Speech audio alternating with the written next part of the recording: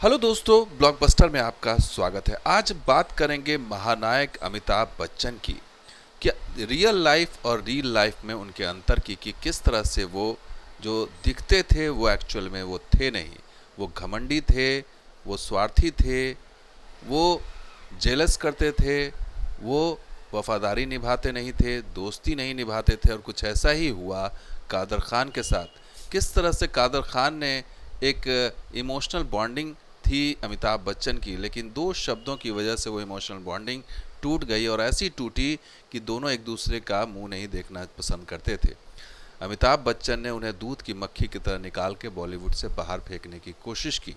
हालांकि बाद में उन्होंने वापसी कर ली, लेकिन ये जो दोस्ती बनी थी अमिताभ बच्चन और कादर ख़ान की, वो कैसे टूटी ये कादर ख़ान ने खुद बयां किया था। मरने से कुछ साल पहले उन्होंने एक वीडियो सोशल मीडिया पर दिया था, जिसमें इस इंटरव्यू में उन्होंने कहा था कि अमिताभ बच्चन ने दो शब्दों की वजह से उनकी दोस्ती को ठोकर मार दिया था, और वो दो शब्द से सर जी। अमिताभ बच्चन जब राजनीति में गए, राजनीति से जब वापस आए तो उनकी अकड़ और बढ़ गई और वो पहले जैसे नहीं रहे। और उन्होंने सबसे पहला उनका शिकार था कादर ख़ान, जो वही कादर ख़ान जिनके डायलॉग्स की वजह से अमिताभ बच्चन की जो शैली है, या अमिताभ बच्चन ने जिस तरह से बॉलीवुड पर राज किया, उस तरीके का जो है वो एक झटके में उन्होंने सब कुछ भुला दिया। तो ये शख्सियत थी अमिताभ बच्चन की। आज इसी की चर्चा करेंगे कि अमिताभ बच्चन आखिर ऐसे क्यों थे कि उन्होंने कादर ख़ान को बॉलीवुड से निकालने तक की कोशिश की और कई फिल्मों से बाहर कर दिया। ये मुकद्दर के सिकंदर में जो डायलॉग्स था, उससे पहचान बनी। खुद्दार फिल्म के डायलॉग्स लिखे कादर ख़ान ने। इसके अलावा सुहाग फिल्म में कादर ख़ान ने डायलॉग लिखे। तो तमाम ऐसी फिल्में थी, अमर अकबर, एंथनी में उन्होंने डायलॉग्स लिखे, और उसी डायलॉग्स की वजह से अमिताभ की पहचान भी बॉलीवुड में बनी। लेकिन इन्होंने जो एक झटके में जो सरजी बुलाने का जो शौक़ हो गया इनको, जब ये राजनीति से वापस आए, और ये किस्सा बयां किया कि किस तरीके से उन्होंने, कुली के बाद का ये किस्सा है। कुली तक तो सब कुछ ठीक ठाक रहा। कुली के बाद जब वो ज़ख्मी हुए, अस्पताल गए, फिर अस्पताल से वापस आए, फिर उनकी फ़ैन फॉलोइंग बढ़ गई। उसके बाद वो फिर राजनीति में गए, इलाहाबाद में सांसद बन गए। और उसके बाद जब सांसद में जब वो कामयाब नहीं हो पाए और जब वो वापस आए, तो उनके तेवर बदल गए और वो एकदम बिल्कुल ही अहंकारी हो गए। उन्हें लगा कि बहुत बड़ा तीर मार के वो आ गए हैं, इसलिए वो सब कुछ चाहते थे कि सरजी बोलें। और कादर ख़ान को ये मंजूर नहीं था कि वो अपने दोस्त को अमित, जिसको अमित बोल रहे हैं, उसको अब सरजी बोलें। तो अमिताभ बच्चन को सरजी ना कहने की कीमत उन्होंने चुकाई, और इसी वजह से उनकी दोस्ती टूट गई। और सरजी न बोलने के कारण कादर ख़ान को फिल्मों से बाहर कर दिया अमिताभ बच्चन ने। ये इंटरव्यू में जब इतने रिश्ते बिगड़े अमिताभ और कादर ख़ान के कि उन्होंने बाहर कर दिया बॉलीवुड से, और कई फिल्मों से बाहर कर दिया। जिस फिल्म में वो थे उसमें उन्होंने काम नहीं दिया, और जिसमें वो लिख रहे थे, जैसे खुदा गवाह, खुद उन्होंने कहा कि खुदा गवाह से उनकी विदाई कर दी गई। इसके अलावा उन्होंने बताया कि किस तरीके से गंगा जमुना सरस्वती, वो आधी फिल्म लिख चुके थे, आधे डायलॉग्स लिख चुके थे, उसके बाद उनको कहा गया, उनको हटा दिया गया, उसकी जगह किसी और ने फिल्म को लिखा। ये दर्द उन्होंने बयां किया जाने से कुछ साल पहले, और ये बताया कि किस शख्सियत क्या है अमिताभ बच्चन, असली ज़िंदगी में क्या है, और दोस्तों के लिए उन्होंने कभी वफादारी नहीं निभाई। हम इसकी पूरी सीरीज़ आप तक पहुंचाएंगे, अमिताभ बच्चन की असलियत। और अग्निपथ में वो आखिरी अग्निपथ में भी जो डायलॉग्स था, एक डायलॉग उनका ख़ास चर्चा में बना था, जो पुलिस इंस्पेक्टर के सामने जब वो बोल रहे हैं, वो भी डायलॉग्स जो है कालजयी हुआ। अमिताभ की का वो डायलॉग कादर ख़ान ने ही लिखा था। तो ये रिश्ता जो है वो ऐसा था कि डायलॉग किंग भी थे, कॉमेडी किंग कादर ख़ान, और अमिताभ बच्चन को उन्होंने बनाया मुकद्दर का सिकंदर। मुकद्दर के सिकंदर का जो वो डायलॉग है, वो डायलॉग कहीं ना कहीं अमिताभ बच्चन की जो है वो ज़िंदगी बदल गया, और एक पर एक हिट फिल्में जो मिली वो डायलॉग्स के दम पर, वो कहीं ना कहीं तो अनसंग हीरो एक तरह से रहे।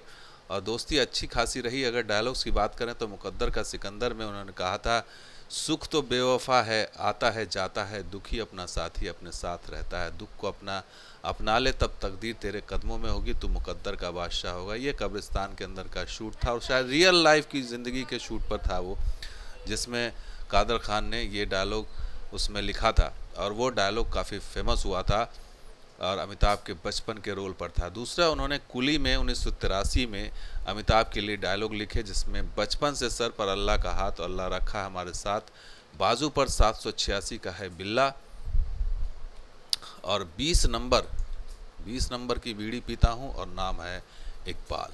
तो ये जो इंट्रोडक्टरी डायलॉग्स अमिताभ के होते थे और यही जो तालियां बटोरी जाती थी, ये तालियां बटोरने वाला जो डायलॉग होता था वो कहीं ना कहीं कादर खान ने लिखा और ये लोग बहुत कम लोग जानते होंगे।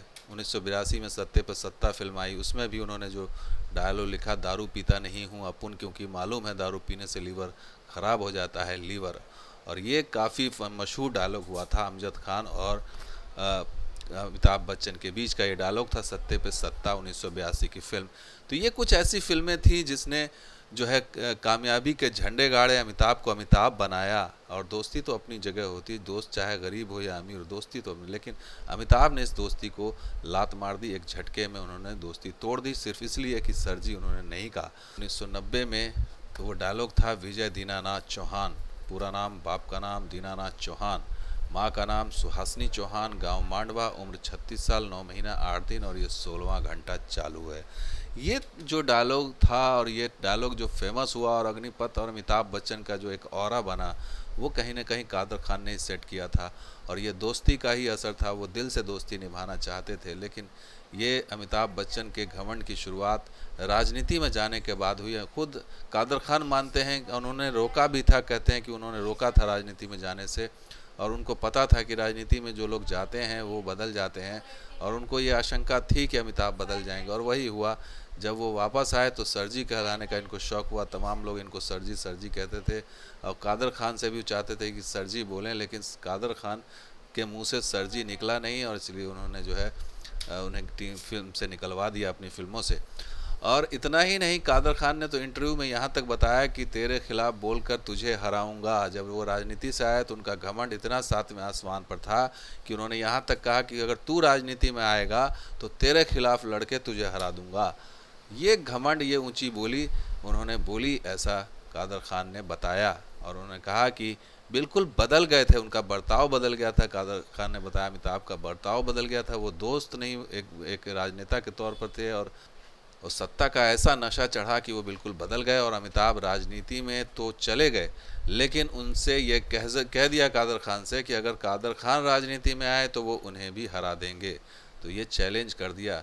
तो दोस्ती में चैलेंज आ गई, घमंड आ गया, एक दूसरे को कमतर करके आंकने की चीज़ आ गई, सरजी कहलाने का शौक़ हो गया और ये छोटी छोटी बातों से की वजह से दोस्ती जो है ख़त्म हो गई। हालांकि बाद में कई फिल्में साथ इन्होंने की, जैसे सूर्यवंशम है या कुछ एक फिल्मों में, बड़े मियाँ छोटे मियाँ में फिल्मों में साथ काम किया, लेकिन जो वो दोस्ती में जो बात थी वो बीच में गड़बड़ा गई और ये चीज़ खुद कादर खान ने। और सबसे बड़ी चीज़, जब कादर खान कोई बात बोल रहे हैं या अपने दोस्ती की बातें कर रहे हैं तो सामने आकर के उनको मनाने की बात या फिर पैचअप करने की बात वो दिखाई नहीं दी, कई सालों तक नहीं दिखी।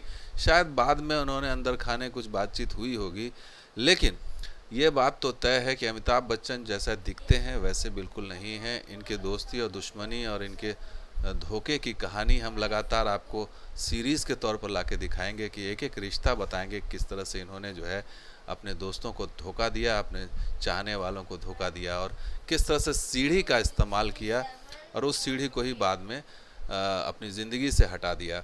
तो ये कामयाबी ऐसे नहीं मिली अमिताभ बच्चन को, बहुत संघर्ष था। और साथ ही कादर खान को भी कामयाबी आसानी से नहीं मिली क्योंकि उन्होंने भी काफ़ी संघर्ष किया।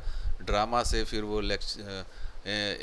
पढ़ाने में गए, फिर पढ़ाने के साथ उन्हें मौका मिला और फाइनली जब रोटी फिल्म में ये दो जो चेहरे आपको दिखाई दे रहे हैं, मनमोहन देसाई और प्रकाश मेहरा, इन्होंने ही इनको असली पहचान दिलाई और इनकी हुनर को पहचाना। क्योंकि रोटी फिल्म में इन्होंने जो डायलॉग लिखे क्लाइमैक्स के, वो मनमोहन देसाई को इतने पसंद आए कि 21,000 रुपये इनको मिलते थे, इनको सीधा 1 लाख रुपया इन्होंने दे दिया, 1 लाख। और रोटी फिल्म का वो डायलॉग काफ़ी हिट हुआ जिसमें वो पेट देता है तो भूख दे, भूख देता है तो रोटी दे, और नहीं अगर रोटी देता है तो पेट मत दे। ये ऐसे डायलॉग्स थे जिससे खुश हो गए और वो रोटी से उनकी पहचान बनी और बाद में फिर मुकद्दर का सिकंदर उन्हें मिला और फिर अमिताभ बच्चन के साथ उनकी जो जुगलबंदी रही, अमिताभ बच्चन को जो डायलॉग मिले या फिर उनकी डायलॉग डिलीवरी हुई, वो कहीं ना कहीं कादर खान ही उसके लिए थे। ये अमिताभ बच्चन शुरू में इस चीज़ को मानते भी थे और अमिताभ बच्चन ने कई फिल्में उन्हें दिलाई भी, लेकिन ये सरजी कहलवाने का शौक़ और ये घमंड और ये अहंकार, ये ले डूबा इस दोस्ती को, और दोस्ती को एक झटके में उन्हें लात मारने में उन्हें वक्त नहीं लगा। और कहते हैं अंत के समय में गोविंदा भी, जो उनके साथ बड़ी जुगलबंदी चलती थी, गोविंदा भी साथ छोड़ गए, पूछा नहीं करते थे, ऐसा उनके परिवार का आरोप है। तो अमिताभ भी बेगाने हो गए और गोविंदा भी बेगाने हो गए। तो फिल्म इंडस्ट्री का ही ये दस्तूर है, जो उगते हुए सूरज को सलाम किया जाता है, और यही हुआ कादर खान के साथ। तो दोस्तों ये वीडियो कैसा लगा जरूर लाइक कीजिए, शेयर कीजिए, हमारे सब्सक्राइब कीजिए। कुछ और वीडियो के साथ आप देखते हैं ब्लॉकबस्टर, आपका अपना चैनल। शुक्रिया इस वीडियो को देखने के लिए, धन्यवाद।